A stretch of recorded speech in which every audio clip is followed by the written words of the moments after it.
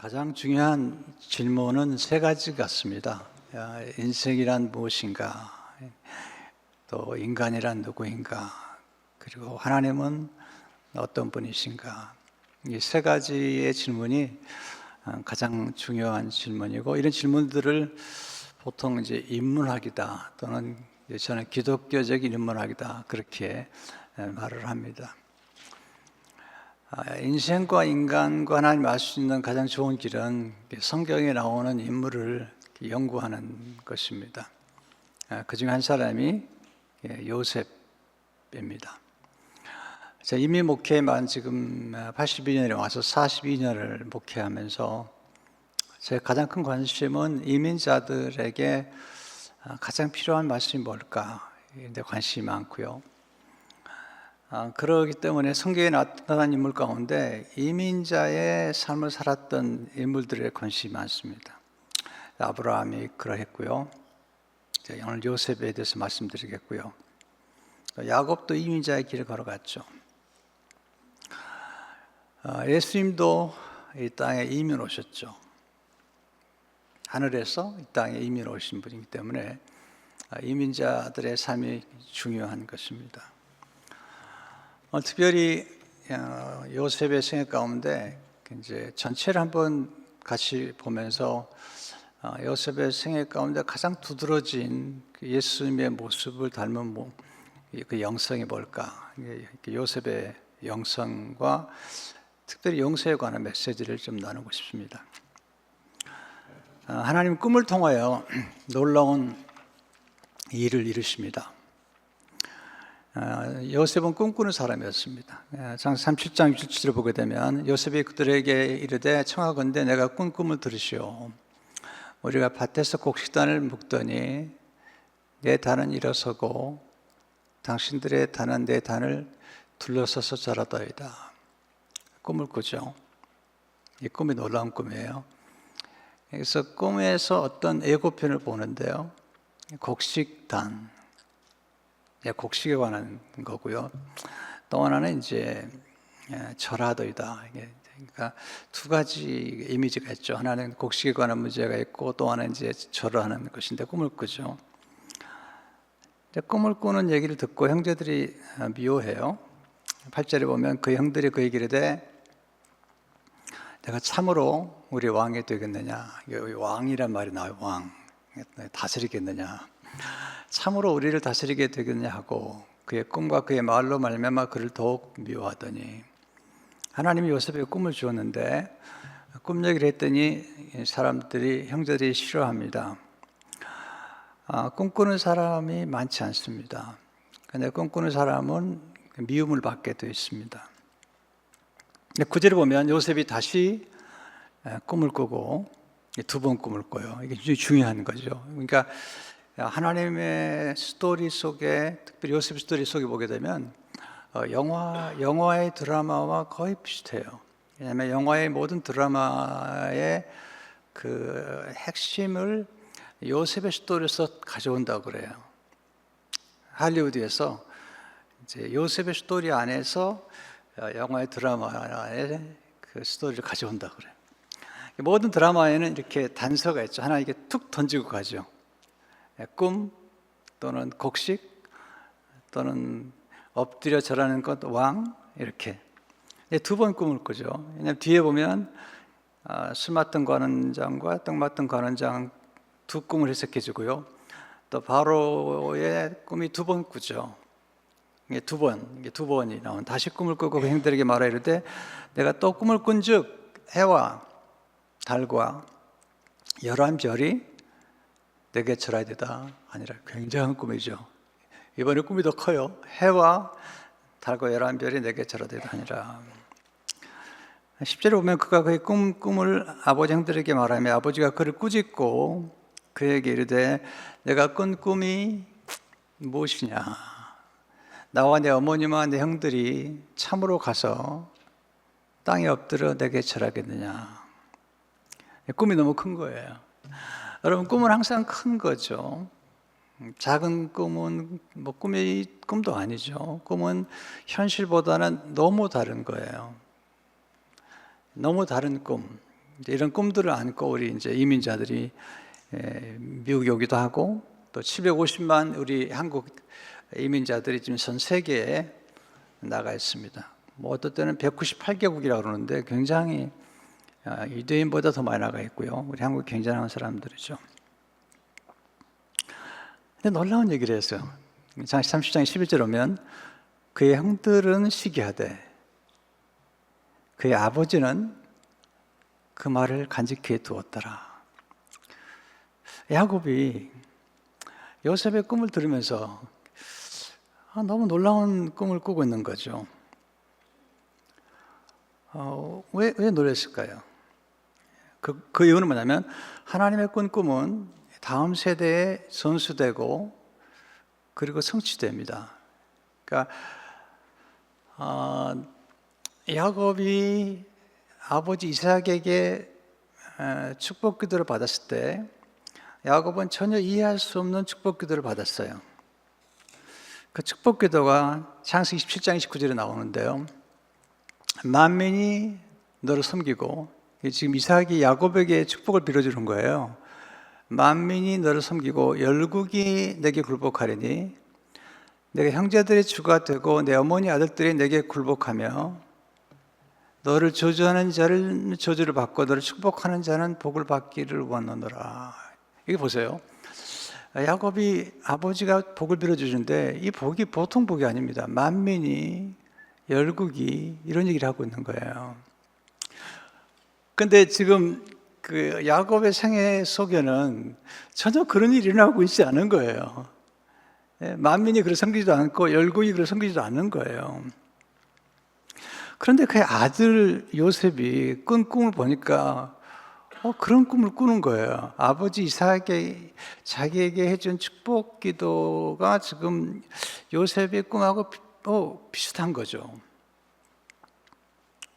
근데 더 놀라운 사실이 있습니다. 이 놀라운 사실은 이삭의 아버지가 아브라함인데 하나님께서 아브라함에게 주신 첫 번째 이 축복의 약속이 너무 놀라워요.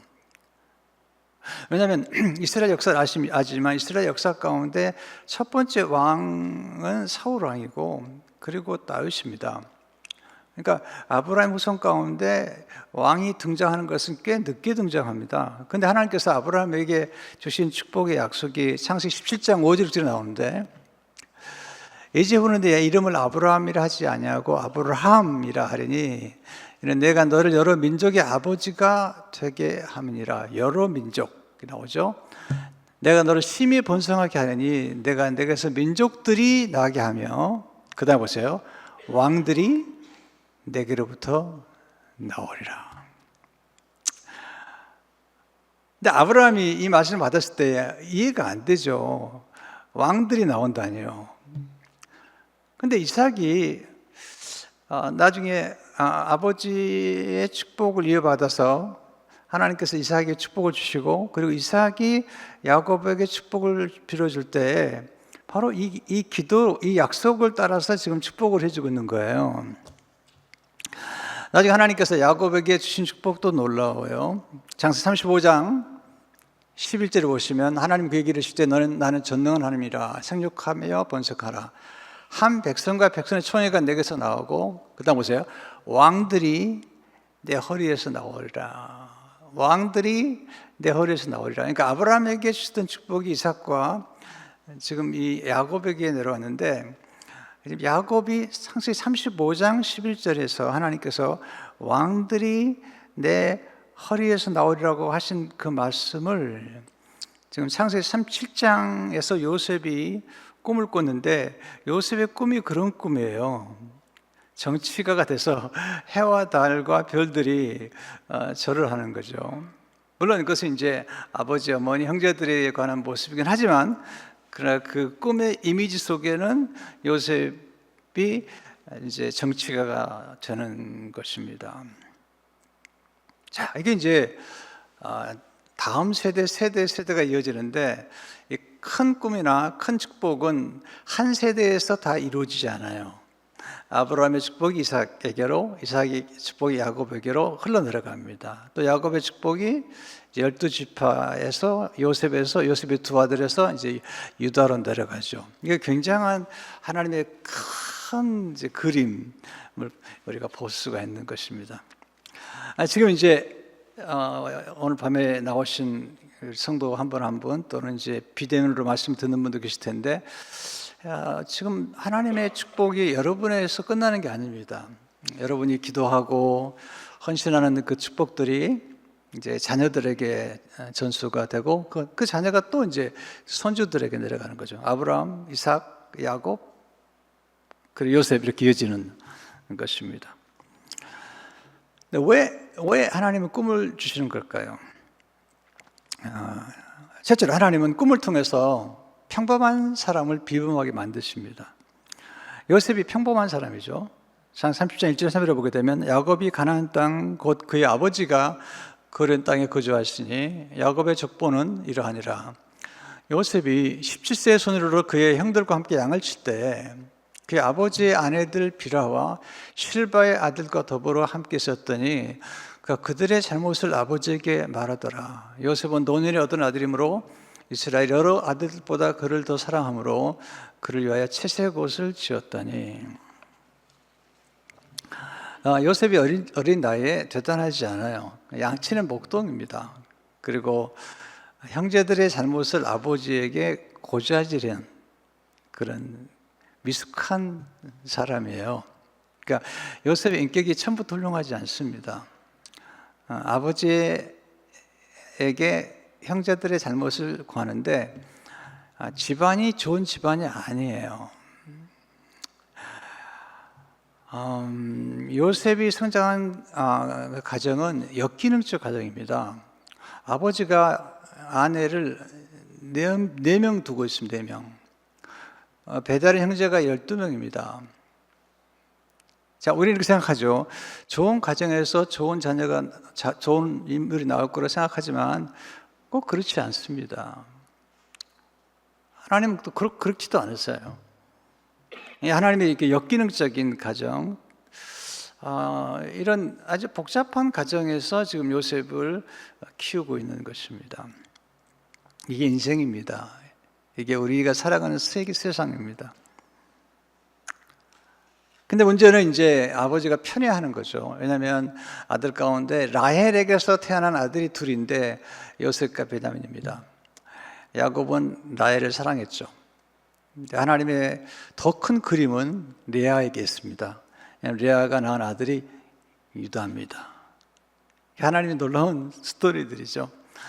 근데 하나님이 이제 전체 스토리를 읽어 나갈 때 먼저 하나님께서 요셉을 쓰시기 때문에 지금 라헬을 통해서 요셉을 낳게 하세요. 그래서 지금 채색 옷을 입혔다는 것은 그 당시에 아주 특별한 총애를 받는 아들로 만들었고, 또 하나는 상속자라는 겁니다. 채색 옷을 입혔다는 것은 상속자라는 거죠. 그러니까 12아들 가운데 11번째 아들을 상속자로 삼았다는 것은 다른 아들들이 볼 때는 굉장히 기분 나쁜 거죠. 왜냐하면 이스라엘 민족과 그 당시 문화 속에는 장자에게는 특별한 권한이 있습니다. 장자는 더블 포션, 2몫을 받습니다. 2몫을. 그리고 장자는 이제 누구든지 장자가 되면 종손이 되어서 가족을 책임을 지는 것이 이제 장자 역할이죠. 근데 장자만 곧 장자가 되는 게 아닙니다. 나중에 르우벤이 장자가 되지 못하죠.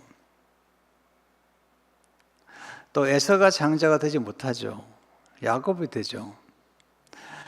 또 다윗 형제들 가운데 말제인 다윗이 장자가 되죠. 그러니까 첫 번째 아들이 태어났다고 그가 장자가 되는 게 아니에요. 하나님이 그게 역사하시는 거거든요.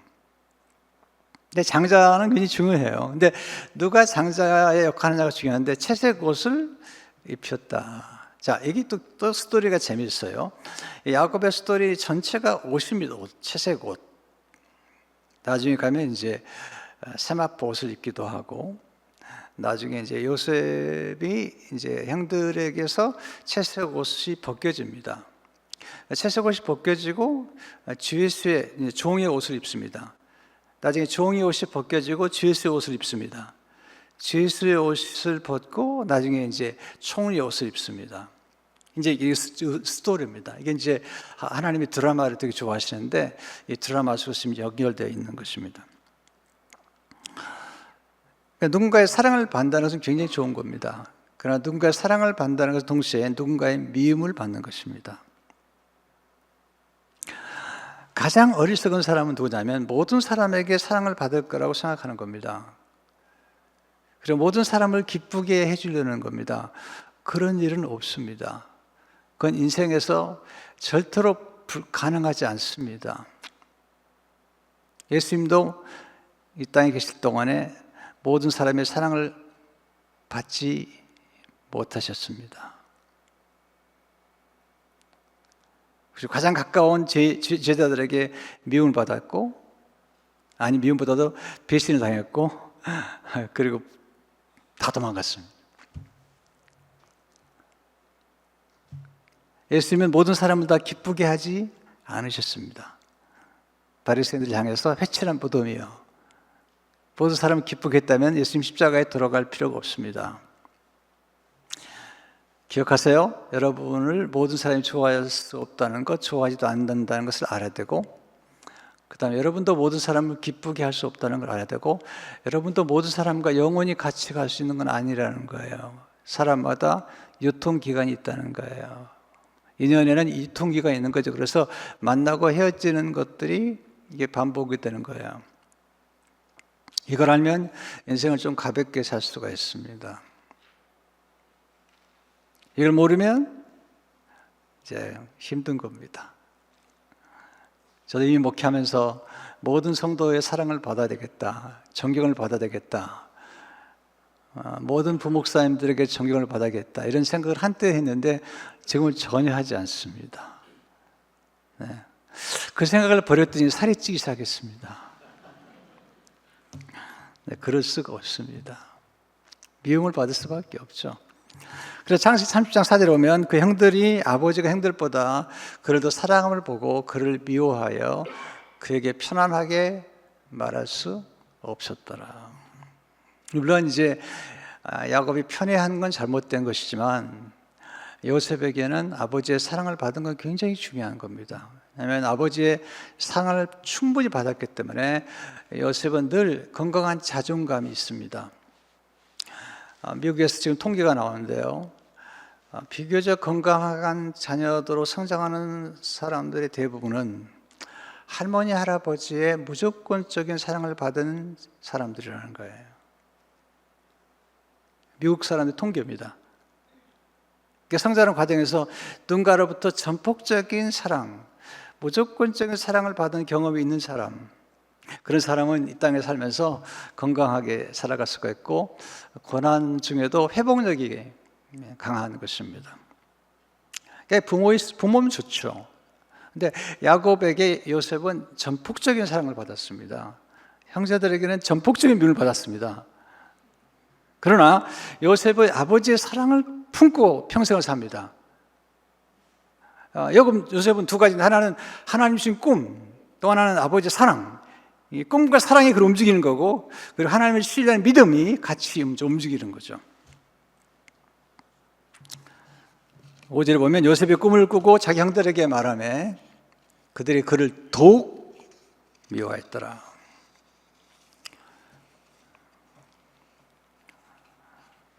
여러분, 미움받는 건 정상입니다. 그리고 누군가의 사랑을 받는다면 반드시 미움의 대상이 될 수밖에 없습니다. 그래서 교회 안에서 누군가의 사랑을 받는다면 누군가의 미움을 받을 수 있다는 것도 알아야 됩니다. 그건 당연한 것입니다. 그럼 왜 꿈이 중요한가? 꿈은 평범한 사람을 비범하게 만들기 때문이죠. 저는 정말 평범한 사람이에요. 전 공부 잘 못했어요. 근데 하나님 지금 꿈 때문에 점점 변화가 됐습니다. 또 꿈은 모든 환경을 초월할 수 있는 능력이죠. 고난을 초월할 수 있는 능력입니다. 꿈은 긍정적인 자산을 갖도록 도와줍니다. 꿈은 새로운 목적을 갖도록 도와줍니다. 그래서 인간이 가장 강력한 힘을 발휘할 때가 무엇이냐? 꿈을 가질 때입니다. 저는 굉장히 약간 우울질입니다. 그래서 우울증으로 고생을 좀 많이 했고요. 침체도 많이 경험했는데 다행히도 제가 우울과 담즙이 섞여 있습니다. 그래서 저는 목표 지향적인 삶을 살 때 가장 에너지가 넘치게 됩니다. 그래서 계속 꿈을 꾸고요. 그리고 지금도 꿈을 꿉니다. 목적이 있는 사람, 굉장히 좋은 것이죠. 토마스 칼라일은 목적이 있는 사람은 키 없는 배와 같다. 하나 떠돌이요 아무것도 아닌 인간이라 부를 수 없는 사람이다.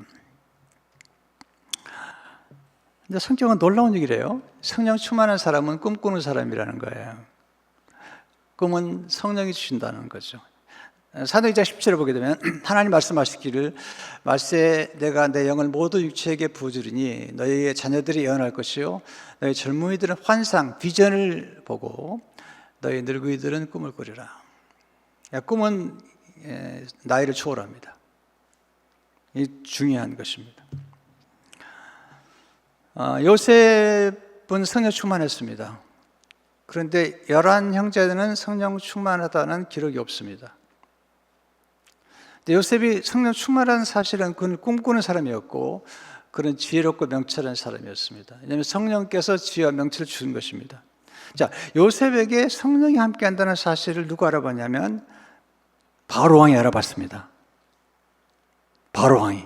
이게 놀라운 것이죠. 아, 저 사람은 하나님의 사람이야. 아, 저 사람은 진짜야. 이런 건 누가 알아보느냐?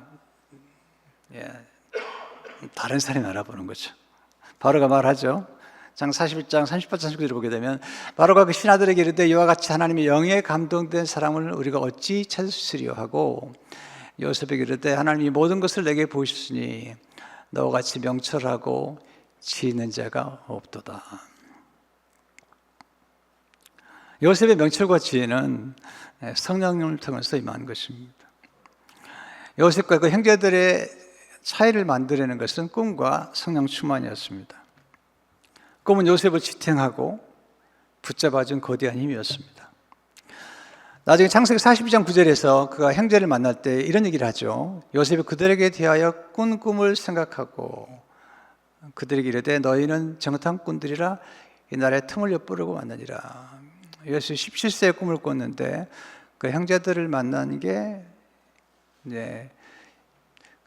헤어진 후에 한 22년이 됐을 때 형제를 만납니다. 왜냐하면 17세에 가서 13년 동안 고생하고요. 공무원을 하고 그 다음에 7년 동안 풍년이 있고 그리고 2년 정도 지났을 때 형제들을 만납니다. 23년, 7년, 2년 합하면 거의 한 22년이 되죠.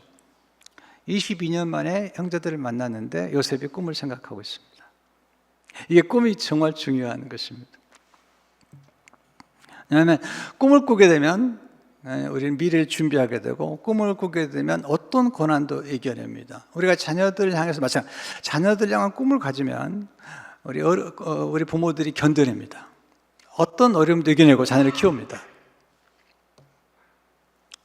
이게 이제 꿈이라는 게 중요하죠. 그 꿈이 내게 주신 꿈이든 아니면 한나가 꾸었던 자녀에 대한 꿈이든 아니면 이삭이 사실은 아들 야곱보다는 요셉에게 투자를 많이 했어요. 연대기를 보면 이삭이 살아있을 때 이제 야곱이 돌아오는데 돌아와서 이제 요셉을 돌봐줍니다. 근데 요셉의 엄마가 죽잖아요. 베냐민 낳다가. 그러니까 이삭이 특별히 사랑하는 거죠. 그래서 요셉의 가슴 속에 할아버지, 격대 교육이죠. 할아버지가 요셉을 사랑하고 요셉에게 하나님의 뜻, 그 요셉에게 이삭이 자기 아버지 아브라함에게 주셨던 언약에 대해서 요셉에게 심어줬어요. 곧 아브라함이 받았던 언약은 400년이 지나면 다시 돌아올 거라는 거죠. 그걸 요셉이 기억하고 있습니다. 그래서 나중에 요셉이 그 형제들에게 죽을 때 얘기하죠. 그 나중에 모세가 요셉의 해골로를 가지고 올라갑니다. 그러니까 요셉에게 하나님의 언약, 하나님의 약속의 말씀을 전해준 사람은 할아버지입니다. 그리고 요셉에게 신앙을 심어준 사람도 할아버지입니다. 야곱이 아니에요. 야곱은 네 명의 여자하고 사느라고 고생해서 정신이 없어요. 이삭이 시간이 많은 거예요. 이삭이 심어준 겁니다. 이게 이제 데이비드 시멘스라고 하는 사람이 쓴 책 가운데 자자된 꿈의 회복에 보면 자세히 나옵니다. 그리고 맞습니다. 제가 데이터를 조사해 보니까 맞아요. 이삭이 요셉을 키운 겁니다. 그러니까 할아버지 할머니 역할이 굉장히 중요합니다. 할아버지 할머니가 심어준 신앙, 그리고 베풀어준 무조건적인 사랑, 이런 사랑들이 또 우리 손주들에게는 굉장히 중요한 영향을 끼치게 되는 겁니다. 뭐 이제 손주들 얘기해서 미안합니다만 이제 딸 둘을 키우고 손주들을 데려오는데 우리 손주들에게 야단친 적이 없습니다. 무조건적인 사랑입니다. 우리 애들이 아빠 그럼 안 돼요. 야단 좀 쳐요. 야단은 니네가 쳐라. 우리는 사랑만 할 거다. 무조건적인 사랑인 겁니다. 그러니까 아이들이 기댈 때가 있는 거예요. 할머니 할아버지한테만 가면 무조건적인 사랑을 받는다는 걸 알기 때문에 아들이 든든한 겁니다. 이게 이제 굉장히 중요한 피난처가 되는 것입니다. 이런 경험들이 아이들에게는 굉장히 중요한 생애 경험으로 남아있게 되어 있는 것입니다. 자, 두 번째, 하나님은 고난을 통해서 꿈꾸는 사람을 키우시는 거죠. 고난을 통해서 꿈꾸는 사람을 하나님이 키우시는 겁니다. 신비해요. 하나님은 고난을 통해서 요셉을 키우시는데 창세기 37장 14절, 34절을 보게 되면 요셉이 형들에게 이르매 그 형들이 요셉의 옷을 곧 그가 입은 채색 옷을 벗기고 그를 잡아 구덩이에 던지니 그 구덩이는 빈 것이라 그 속에 물이 없었더라. 이게 인생입니다. 이 인간입니다. 요셉을 괴롭힌 건 요셉의 형제들입니다. 요셉을 구덩이에 집어넣고 채색 옷을 벗기고 찢어버린 것은 요셉의 형제들입니다. 가장 가까이 있는 사람들이 가장 우리에게 상처를 줍니다. 가장 가까이 있는 사람들이 가장 괴롭힙니다. 아니, 형제끼리? 네, 형제끼리입니다. 야곱과 에서 형제입니다. 다윗 그리고 사울왕? 네, 보세요. 이게 장인어른과 사이입니다. 압살롬, 다윗, 네, 아들이 아버지를 반역합니다. 이게 인생입니다. 이걸 아셔야 됩니다. 그럴 수 있느냐? 그러니까 힘든 겁니다. 누가 그런 말, 제자와 아들을 키우는 것은 배신당하려고 키우는 것이다. 그런 말이 있습니다. 별로 안 좋아하시는데, 이제 아들을 많이 가지신 분들은 안 좋아하시는데, 네, 그렇지 않기를 바랍니다. 네. 꼭 그런다는 얘기는 아니지만, 그럴 수도 있습니다. 왜냐하면, 꼭 배신이 아니라 아들을 얼마나 예쁘게 키워요. 얼마나 예뻐요. 그걸 키웠는데, 그냥, 며느리가 등장하는 순간부터 이게 스토리가 달라지는 겁니다. 지금부터 내려놔야 됩니다. 지금부터 마음을 탁 비워야 됩니다. 그러면 인생이 쉬워지는데 내가 너를 어떻게 키웠는데 이러면 이제 복잡해지는 겁니다. 요셉을 고난 가운데 집어넣은 것은 요셉의 형제들입니다. 나중에 이제 구덩이에 집어넣는데 채색옷을 벗기고요. 다행히도 구덩이에서 끌어올려요. 그리고 팔아요. 인신매매를 해요. 근데 기가 막혀요. 28절 오면 그때 미디안 사람 상인들이 지나고 있는지라 형들이 요셉을 구덩이에서 끌어올리고 은 20에 그를 이스라엘 사람들에게 팔매 그 상인들이 요셉을 데리고 애굽으로 갔더라. 인신매매. 형들이 그때 은 20에 예수님은 은 30에 그것도 제자가. 자, 이게 인생입니다. 너무 인생에 대해서 너무 화려하게 생각하거나 인간에 대한 너무 지나친 기대를 갖지 않으면 좋겠어요. 그냥 인생이란 어렵다. 인간은 정말 기가 막힌 존재라는 것을 알면 우리가 살아가면서 실망을 좀 덜 할 수가 있고 상처를 덜 받을 수가 있는 거예요. 아니, 어떻게 사람이 그럴 수 있지? 그렇게 생각하는 순간 우리 훅 상처가 들어오는 겁니다. 근데 그럴 수 있지 뭐. 다 그런 거야. 그러면 상처를 덜 받을 수 있습니다.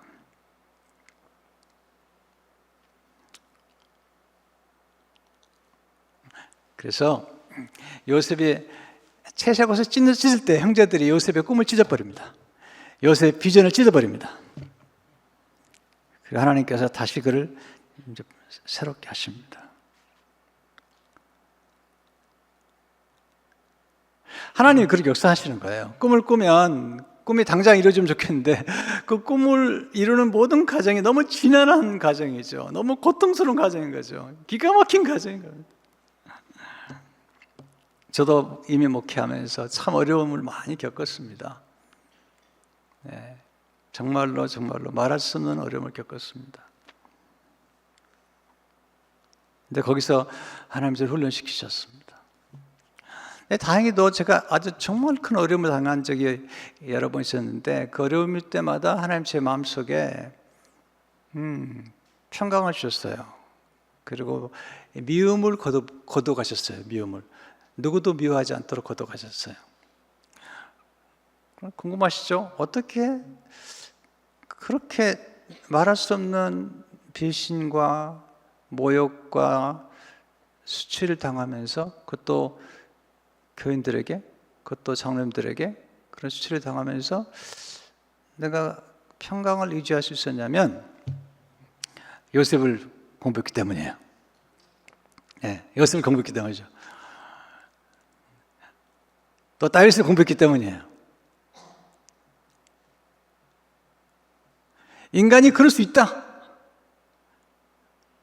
이건 정상이다. 이런 거예요. 그러니까 인생을 살아가면서 버틸 수가 있는 거죠. 이러면 안 되는데, 사람이 이러면 안 되는데 그러면 힘들어요. 근데 그럴 수 있다. 요셉도 그랬다.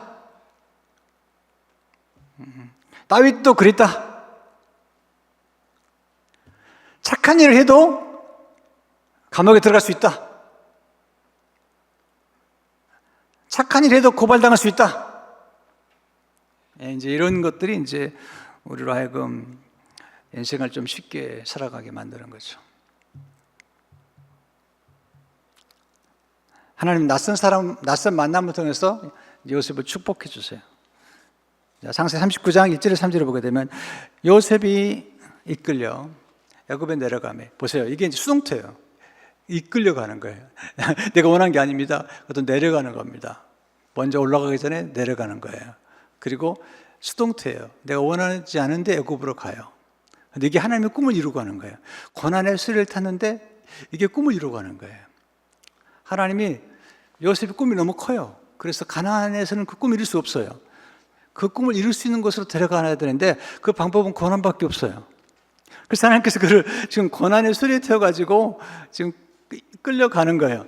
바로 신대장 애굽 사람 보디발이 그를 그리로 데려간 이스마엘 사람의 손에서 요셉을 산이라. 여호와께서 요셉과 함께 하심으로 그 형통한 자가 되어 그의 주인 애굽 사람의 집에 있으니 그의 주인이 여호와께서 그와 함께 하심을 보며 또 여호와께서 그 범사에 형통하게 하심을 보았더라. 이게 놀라운 거예요.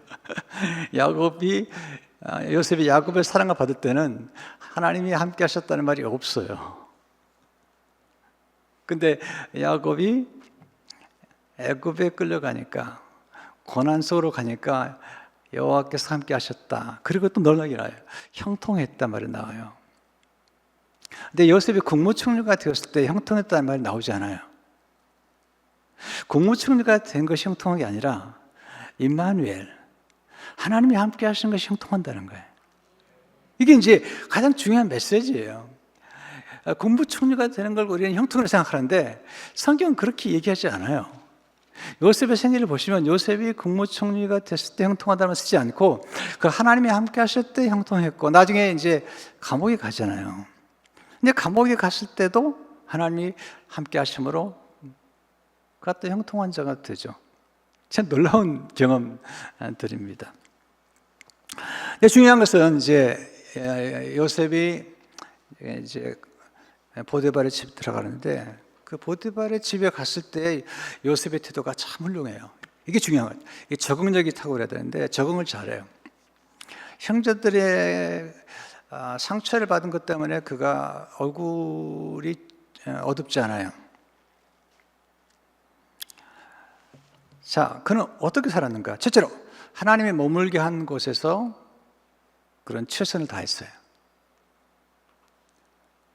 우리는 대부분이 자기가 머무는 자리를 별로 좋아하지 않아요. 자꾸 다른 곳 생각해요. 근데 정말 지혜로운 사람들은 머물게 한 곳에 최선을 다하죠.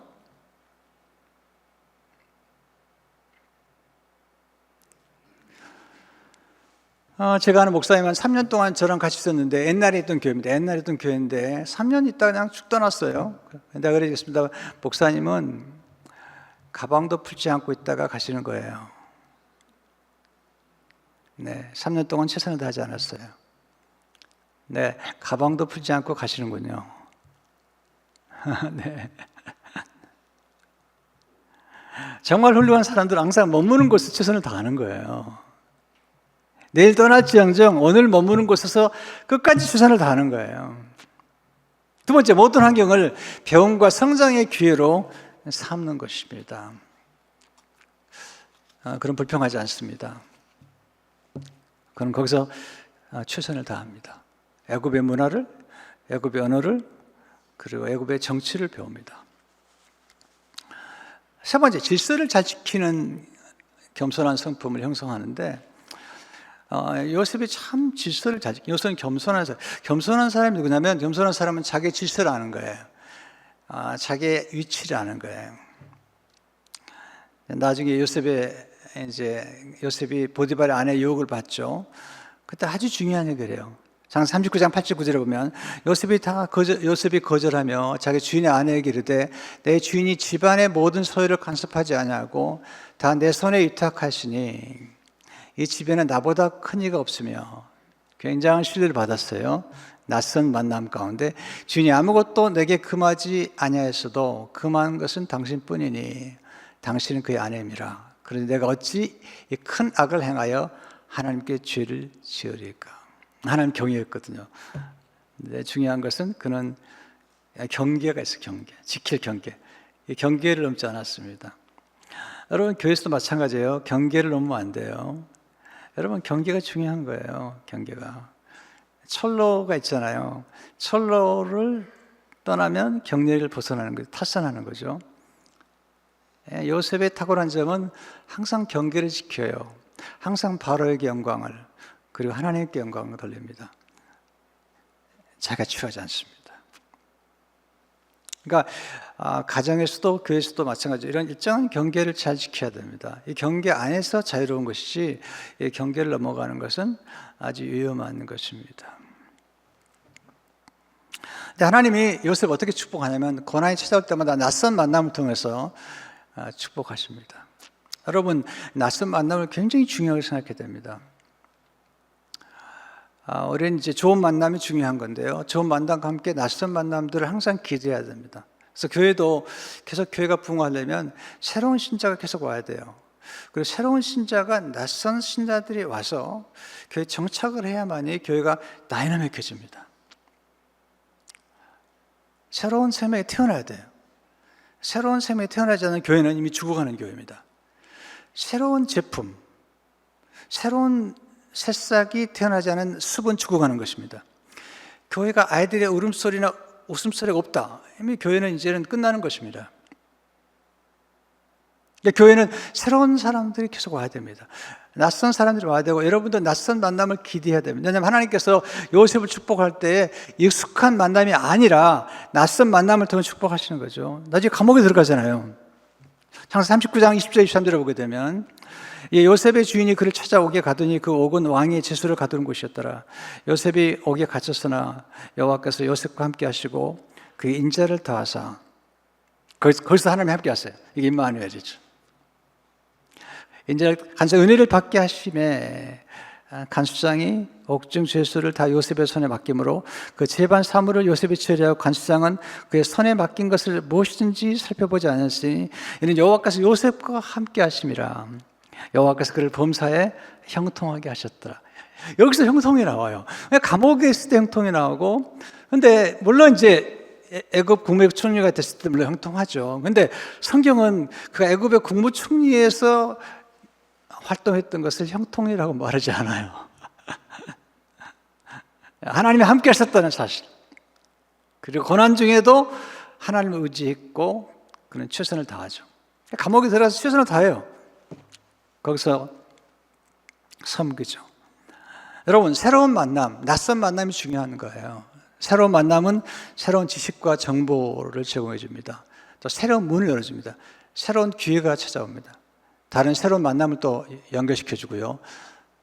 낯선 만남 속에서 하나님의 섭리가 숨겨 있습니다. 저는 우리 박수홍 목사님 오랫동안 이제 교제했지만 이렇게 가까이서 밥을 이렇게 자주 먹으면서 침을 튕기면서 서로 얘기한 적은 없는 것 같아요. 저는 늘 만남을 기대합니다. 이번에 올 때도 어떤 만남이 주어질지 잘 몰라요. 또 어떤 분들은 제가 전한 한 편의 설교 아니면 한 문장 때문에도 인생이 바뀔 수 있어요. 그리고 치유될 수 있어요. 아, 그렇구나. 인생은 패키지구나. 네, 미움과 사랑, 고난과 형통, 패키지. 여러분 좋아하는 것만 주는 게 아니죠. 근데 오히려 우리가 싫어하는 어떤 것들이 우리를 더 위대하게 만드는 거예요. 우리가 싫어하는 고난이 우리를 새로운 곳으로 뻗어나가게 만드는 거예요. 고난 때문에 내가 원하지 않지만 필요한 곳으로 가게 되는 거예요. 고난 때문에 내가 원하지 않지만 내게 필요한 사람을 만나게 되는 거죠. 그게 술 맡은 관원장이고, 그리고 보디발이죠. 보디발은 정치가예요. 술 맡은 관원장도 그 당시 장관입니다. 그러니까 고난을 통해서 우리가 생각지 않았던 만남들이 전개가 되는 것입니다. 네 번째, 머무는 곳에서 만나는 사람들을 섬기십시오. 놀라워요. 장 40장 4절에 보면 친인대장 요셉에게 그들을 수종들게 하며 요셉이 그들을 섬겼더라. 그들이 갇힌지 여러 달. 두 사람, 떡 맡은 관원, 술 맡은 관장을 이제 섬기는 거죠. 기다리는 동안에 미래를 준비하십시오. 여러분, 기다림이 중요해요. 그냥 기다리면 되면 안 돼요. 준비해야죠. 오산 챔버스가 말합니다. 지저귀는 새는 노래하는 법을 어둠 속에서 배운다. 하나님은 고난을 잘 통과할 때 수직 상승의 길을 열어주십니다. 수직 상승. 바로 꿈을 꿨는데 해석을 못해요. 그때 술 맡은 관원장이 얘기합니다. 꿈을 푸는 사람이 있습니다. 누구냐고? 대로라고. 네. 장세기 41장 14절 15절 보면 거기서 또 다른 낯선 만남이 시작돼요. 바로가 사랑을 보내 요셉을 부르며 그들이 급히 그를 옥에서 내놓은지라 요셉이 곧 수염을 깎고 그의 옷을 갈아입고 바로에게 들어가니 바로가 요셉에게 이르되 내가 한 꿈을 꿨으나 그래서 해석하는 자가 없더니 들은즉 너는 꿈을 들으면 능히 푼다 하더라. 요셉이 바로에게 대답하여 이르되 내가 아니라 하나님께서 not I but God 바로에게 편안한 대답을 하시리다. 이게 요셉의 경계입니다. 내가 아닙니다. Not I, but God. 하나님이 하십니다. 다니엘도 마찬가지죠. 내가 아닙니다. 하나님이 하십니다. 하나님께서 요셉을 국무총리가 되게 하시고 그리고 세마포스 입히세요. 옷을 바꿔주세요. 이렇게. 채색 옷이 벗겨진 것이 그 당시에 슬플지 모르지만 채색 옷이 그에게 적합한 옷이 아니라 세마포 옷이 적합했던 거죠. 왜냐하면 그 세마포 옷을 입어야만이 만민의 생명을 구원할 수 있기 때문에. 채색 옷은 그 집안의 상속자밖에 되지 않아요. 그러나 세마포 옷을 입고 국무총리가 됐을 때 그는 만민의 생명을 구원하는 그 당시에 세계 선교를 주도하는 인물이 된 것입니다.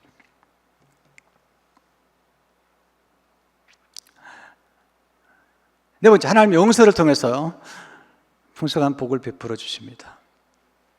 이제 거의 마무리돼 갑니다. 걱정하지 마세요. 저는 길게 하지 않습니다. 장 41장 51절 52절을 보게 되면 요셉이 그의 장남의 이름을 므낫세라 하시니 하나님이 내 모든 고난과 내 아버지의 온 집을 잊어버리게 하셨다며 차남의 이름을 에브라임이라 하였으니 하나님이 나를 내가 수고한 땅에서 번성하게 하셨다 함이었더라. 하나님께서 두 아들 주셨는데 첫 번째 아내 므낫세인데 내 모든 고난과 내 아버지의 온 집을 잊어버리게 하셨다. 말은 용서하라는 거예요. 내 형제들이 잘못하는 것을 용서해라. 용서하면 에브라임, 내가 수고한 땅에서 번성하게 하겠다는 거죠. 이렇게 용서가 중요한 거예요. 용서하지 않으면 번성이 막힌다. 하나님의 축복이 막힌다. 용서하면 하나님의 축복이 열릴 것이며 하나님의 축복이 열리는 순간 하나님의 생명의 흐름이 넘쳐서 내가 번성하게 될 것이다. 용서하고 잊으라는 거예요. 용서하죠. 그래서 나중에 이제 형제들이 오니까 얘기하죠. 창세기 45장 5절을 보게 되면 당신이 나를 이곳에 팔았다고 해서 근심하지 마소서, 한탄하지 마소서. 하나님이 생명을 구원하시려고 나를 당신보다 먼저 보내셨나이다. 7절 8절 보면 하나님의 큰 구원으로 당신들의 생명을 보존하고 당신의 후손의 세상에 두시려고 나를 당신들보다 먼저 보내셨네. 그런즉 나를 이리로 보내시는 당신들이 아니요 하나님이시라.